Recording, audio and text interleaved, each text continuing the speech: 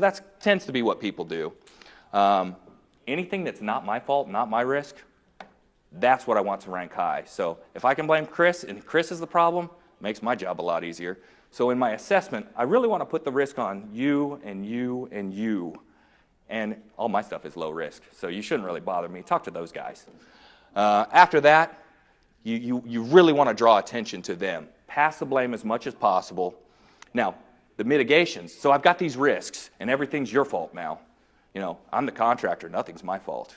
Your review times are too long. The owner's doing all the damage. And if I'm the owner, their risk register is the polar opposite. Nothing is my fault as the owner. We do everything perfectly. Contractor can't do their engineering in time. They're just terrible. Completely different risk registers. If they work together, they'd probably fix a lot of those problems. Now, the mitigation steps, normally people go, you know what? We could get rid of these risks, though, if we did A, B, and C. So they do document them. They probably never do those steps, but at least they document them. So at the end of it, when they do their lessons learned, they go, you know what? We really put together some really good mitigation steps, some good treatments. If we had done those, I bet we would have gotten a pretty good result on that. Lesson learned, next time we should actually do what we said we were going to do. Now, the continuous monitoring and controlling, I may be off camera here for a second. You know, you lie as much as you need to. Depending if the project's going really badly, you probably should start looking for another job, so that's part of this bit. And then put your risk in Excel somewhere and store it on a server so that people don't see it. Don't draw too much attention to it. And it's really you know, it sounds like I'm being a little ridiculous on this, and I'm not. This is really what people do, is they try to put risk to where people don't see it. Out of sight, out of mind. And then at the end of it, we'll let the lawyers make all the money. You know, we'll go to claims, and then we'll fight it over at the end of it. And your results could be so much better if you just take these issues, face them head on, and work. You know, it shouldn't be the owner and the contractor fighting. If everybody realizes we got a job to do, and if we do this job well, there's another job coming.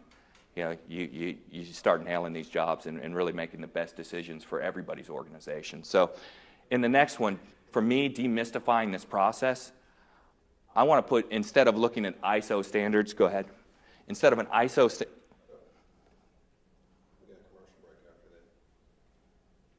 Oh. Go ahead. Finish your point. Oh, well, now I've got another slide. So I'm gonna demystify it and say, this is exactly what you're doing, because it's the same thing you did to get here tonight. It's the same thing when you set up this event. You know, you've got people coming in. It's a program of projects. Everyone driving here tonight was a separate little sub-project. You setting up the event was a sub-project.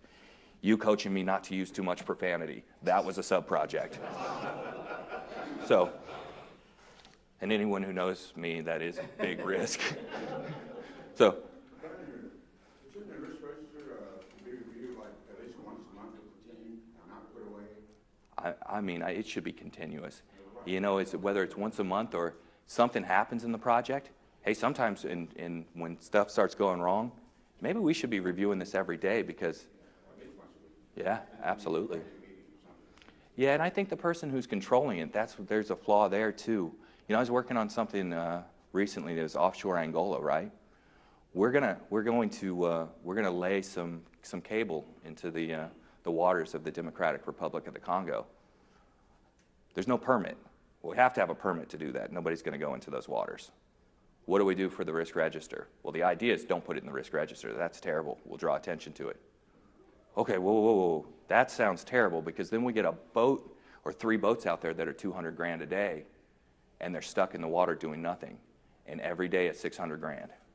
So they're stuck there for 90 days while you're having to pay exorbitant fees to get something expedited. That's 50 million bucks like that. Whereas instead, you look at it and you go, wait a minute, we've got all these big stakeholders. These guys have assets out in the DRC. There's existing permits. The guy controlling the risk register, like, hey, if I look at it and go, that's bad, that doesn't help anyone. If I pick up the phone and say, hey guys, do we have any assets we can talk to? Do you think we can piggyback on a permit?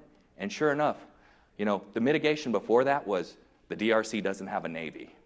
That is probably the worst mitigation strategy I've ever heard in my life. Well, we can do what we want because they don't have a Navy. That's terrifying. But hey, we've got an existing permit. We're going to piggyback it on, and we'll just lay some cable to that asset. Now we're in, and we can go to them. It fixes everything, and $50 million of risk is immediately gone, because the guy who's controlling the register is not only just reviewing it or getting people to review it. Risk, part of it is making it go away. So I pick up the phone, hey guys, can we do this? Yep, risk goes away. That's where you're making your money, and it's not showing people where the scary stuff is. Make it go away, you know? But you're right, it just doesn't get done as much as it should. Commercial break? Commercial break, we gotta pay some bills, y'all, literally.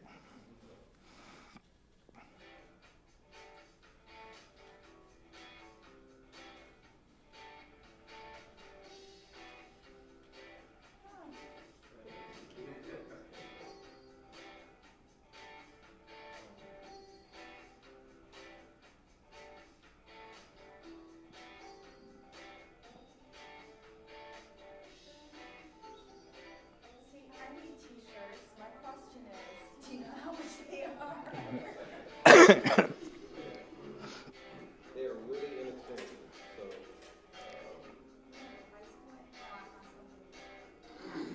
Chris, doesn't your son run this company? say again, Does your son run this company? This is great. So as your sponsors are watching the video now, people are already asking for the t-shirts right here. I'll definitely give your contact information. That's what the drawing is for, isn't it, right?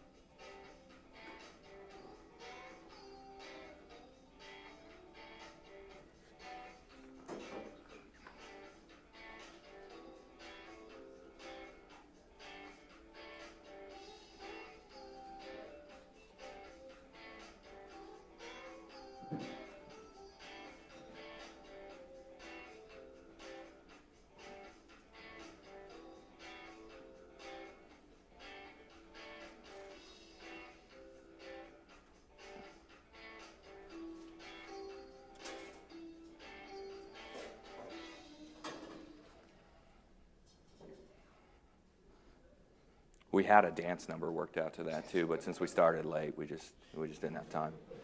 So I have an observation and a comment. Sure. I mean, I don't really agree with the ISO definition because I think risk and uncertainty are two different things. Right, right. But the last part before the commercial, and I think you've alluded to this, and I work more on the safety side of things where we look at a risk event or an event with a bow tie approach.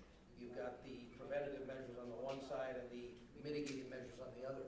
So you alluded to, and I assume you'll cover it, the key need for a lot more risk planning in the planning stage. Absolutely. Or you will never get to the worrying about the condo that doesn't have a maybe, but I can tell you, I've been there, so they have a lot of people with weapons. And they got somebody with a rowboat and scissors. Yes, they do. They're not short of that. Since I've been to Sawyer, Yeah. It's a funny thing, so I assume you'll cover a little more about that. Absolutely, and you're right. I mean, this stuff, and it's not just in the planning, because you can plan it great, but as soon as, like you said, how often should it be reviewed? The projects are changing so quickly. Your plan, you know, Mike Tyson's comment, I always love, everybody has a plan until they get hit in the mouth, right? So, A plan is better than no plan. you're right, but you got to be ready to adjust that plan, and that's why it's got to be continuous risk management. You know, you can't do it once and say, well, we did it, check the box and let's run. And that's where people get in a lot of trouble. And it just shouldn't be check the box. A lot of times they do it just to get funding, really. Yeah. Oh, yeah. Once they get funding, Yeah, we're past our stage gate. Yep. Throw that away. Don't want someone to find that document later. unless you have a dedicated risk person. Yeah, absolutely. So this is kind of what I put together just to demystify it in general. This is if I was going to tell someone, because everybody gets into this risk stuff and they go, well, it's confusing, and then what's a Monte Carlo analysis? And probability this and that, and it's, okay, well, just give me the chart, and we'll try and get funding. So, what we try and do on this is, first, when they're saying context, what are you trying to accomplish, right? And for most of the time, you want the project to succeed. You want bad things to go away. You want good things to happen. You've got a context of what you're trying to accomplish. It's going to be different when you're the owner versus the contractor, but the more you can bring everybody together, and if you get people aligned in their context, that's going to make a big difference. We work on some projects where the owners work heavily with the contractors, and saying a risk doesn't get you in trouble, it gets you praise, because it makes things, once they're visible, we can attack them. But if you're hiding it, how we ever fix anything? So you get the context established. In terms of all that analysis and the part with the risk, first, you're just making a list of good and bad things that could happen. People get real scientific on how that can go. But a lot of it is, hey, is it going to happen? Yeah, it's probably going to happen. Would it be bad if it happened? Yeah, it'd be pretty bad. Okay, well, that's a big risk then. Hey, now it's probably not going to happen, and it probably won't be that bad. Well, that's probably low on the radar. It shouldn't be hard to get to that point, right? Now, you can beef it up a little bit, but at the end of the day, on anything in the world, I don't care what it is, if you tell me if it's going to happen and how bad it would be, oh, that's the one we talked about today, and I kept telling Chris, we'll get to it, but if we run out of wine, that is catastrophic.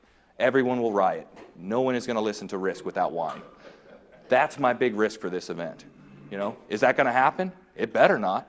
And if I saw it probably going to run out of wine on there, I would tell them, go get some more wine. This is important. After I mitigate it, and I tell him, you better not. Don't put me up here in front of people if you run out. So, now after I do that, I'm going to rank whether they're going to happen or not. And it's as simple for me, we're going to simplify it and say, probably or probably.